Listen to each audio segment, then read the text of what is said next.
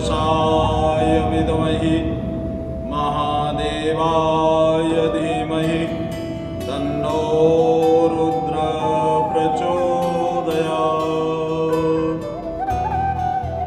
सभी सनातनियों का आपके अपने YouTube चैनल सनातनी शैलेंद्र शास्त्री पर बहुत बहुत स्वागत है।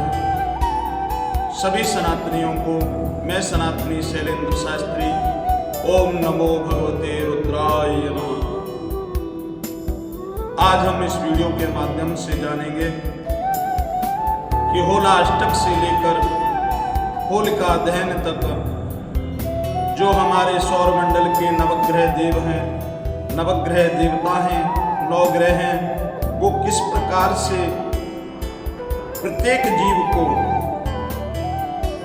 प्रभावित होकर उग्र होकर किस प्रकार से मानसिक और शारीरिक पीड़ा देंगे, किस किस जातक को इससे मानसिक पीड़ा मिलेगी, किस किस जातक को इससे शारीरिक पीड़ा मिलेगी, मन भयावह रहेगा, चिंतन तनाव आदि से ग्रसित रहेंगे।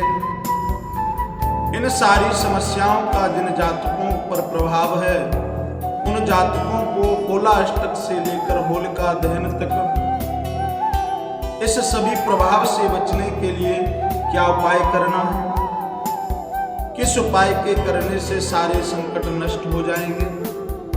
आने वाला जो समय है 5 अप्रैल से जो नव पंचम योग लेकर आया है वो किस प्रकार से आपके लिए शुभ फलदायी होगा, सारी वार्तालाप हम इस वीडियो के माध्यम से करेंगे। आप कृपया करके वीडियो को अंत तक अवश्य देखें। बात करते हैं होलाष्टक से। देखिए, होलाष्टक 7 मार्च से प्रारंभ होकर 14 मार्च तक जब होलिका का दहन होकर हम रंग वाली होली का समायोजन करेंगे तब तक 8 दिन तक होलिकाष्टक रहेगा। क्या प्रभाव है होलिकाष्टक का, किस प्रकार से ग्रह प्रभावित रहते हैं और किस प्रकार से ग्रहों के प्रभाव से आप सभी जीव इससे प्रभावित होते हैं। देखिए, होलाष्टक का प्रथम दिन अष्टमी से प्रारंभ होगा और पहला दिन अष्टमी का जो है वो चंद्रदेव का है। चंद्रदेव इससे प्रभावित रहेंगे। जिन जातकों की कुंडली में चंद्र ग्रह से जितनी भी परेशानियां हैं, जितनी भी बाधाएं हैं, जितनी भी स्थितियां बिगड़ती हुई दिखाई प्रतीत होती हैं, उन जातकों को अष्टमी के दिन चंद्रदेव के बीज मंत्र का जाप करना चाहिए, क्योंकि होलाष्टक का प्रथम दिन चंद्रदेव को प्रभावित करता है। द्वितीय दिन नवमी का दिन है, ये सूर्यदेव नारायण को प्रभावित करने वाला दिन है। जिन जातकों की कुंडली में सूर्य नारायण का स्थान, सूर्य नारायण का अभाव जिसके कारण कुंडली प्रभावित है, उन जातकों को इस नवमी के दिन भगवान सूर्यदेव को अर्घ्य देना है, भगवान के बीज मंत्र का जाप करना है। नवमी के बाद दशमी का दिन आता है। दशमी के दिन आपको शनिदेव का प्रभावित रहने वाला दिन है। इस दिन शनिदेव प्रभावित रहेंगे। जिन जातकों की कुंडलियों में शनि की महादशा, शनि का प्रभाव बना हुआ है, उन जातकों को शनिदेव के बीज मंत्र का जाप करना चाहिए। शनि का जाप करते हुए रात्रि को शनि के देव के जाप का उच्चारण करते हुए शयन करना चाहिए। एकादशी के दिन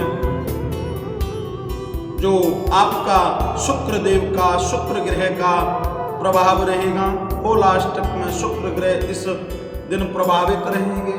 जिन जातकों की कुंडली में शुक्र ग्रह किसी प्रभाव से ग्रसित हैं, किसी कारण से मध्यम अस्त हुए हैं, उनको इस दिन एकादशी के दिन भगवान विष्णु नारायण का ध्यान करना है, शुक्रदेव के बीज मंत्र का जाप करना है। द्वादशी के दिन गुरु ग्रह आपके प्रभावित रहेंगे।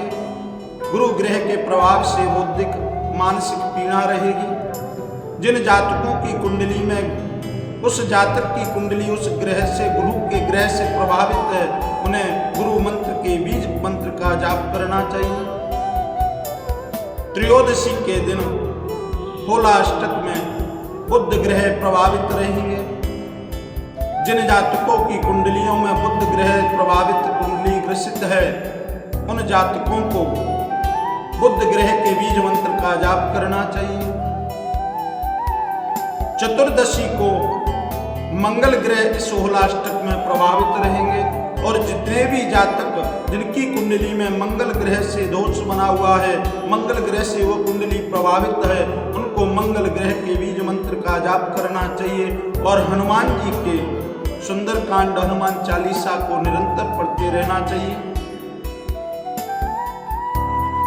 बात करते हैं चतुर्दशी की।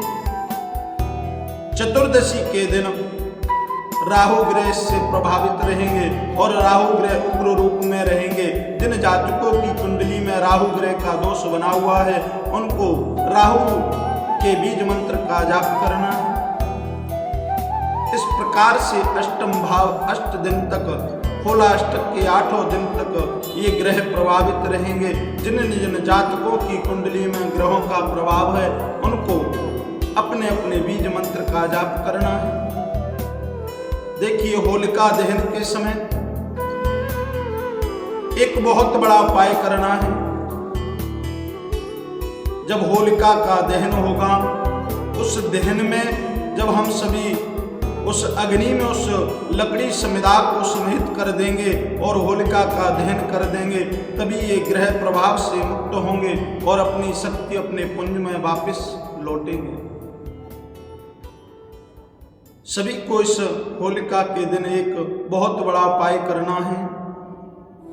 आपको करना क्या है कि जिन जिन जातकों की कुंडली में जिस ग्रह का दोष है, दोबारा वापस सुनिएगा, जिन जिन जातकों की कुंडली में जिस जिस ग्रह का प्रभाव और दोष है, उस ग्रह की संविदा नवग्रह लकड़ी, उस ग्रह की लकड़ी को लेकर उस जातक को उस लकड़ी को अग्नि में ओत-प्रोत करके उस होलिका दहन रूपी अग्नि में उस लकड़ी को समाहित कर देना है, विसर्जन कर देना है। और जैसे ही वह लकड़ी होलिका के साथ जल जाएगी, आपके सारे जो कुप्रभाव हैं, जो दोष हैं, उस होलिका में नष्ट होकर राख हो जाएंगे। करना क्या है? सुबह जैसे ही होलिका का राख अग्नि समाप्त हो जाती है, तो सारी लकड़ियां जलकर राख में तब्दील हो जाती हैं। उस राख में से थोड़ा सा, जिसको आप एक तरह से भभूति मान के चलिए, उसको अपने घर पर लाएं, घर के चारों कोनों में उसको प्रवाहित करें। थोड़ा सा उसमें से लेकर आप अपने मस्तक और कंठ पर लगाएं। इससे आपका किसी भी ग्रह का, जिस ग्रह से आपकी कुंडली ग्रसित है, वह ग्रह उस कुंडली से उस ग्रह का दोष स्वतः ही नष्ट हो जाएगा। सभी सनातनियों को मैं शैलेंद्र शास्त्री इस पावन होली के पर्व पर बहुत बहुत ढेर सारी शुभकामनाएं देता हूँ। सभी सनातनी साथ रहें, मिलकर रहें और आगे बढ़ें। ओम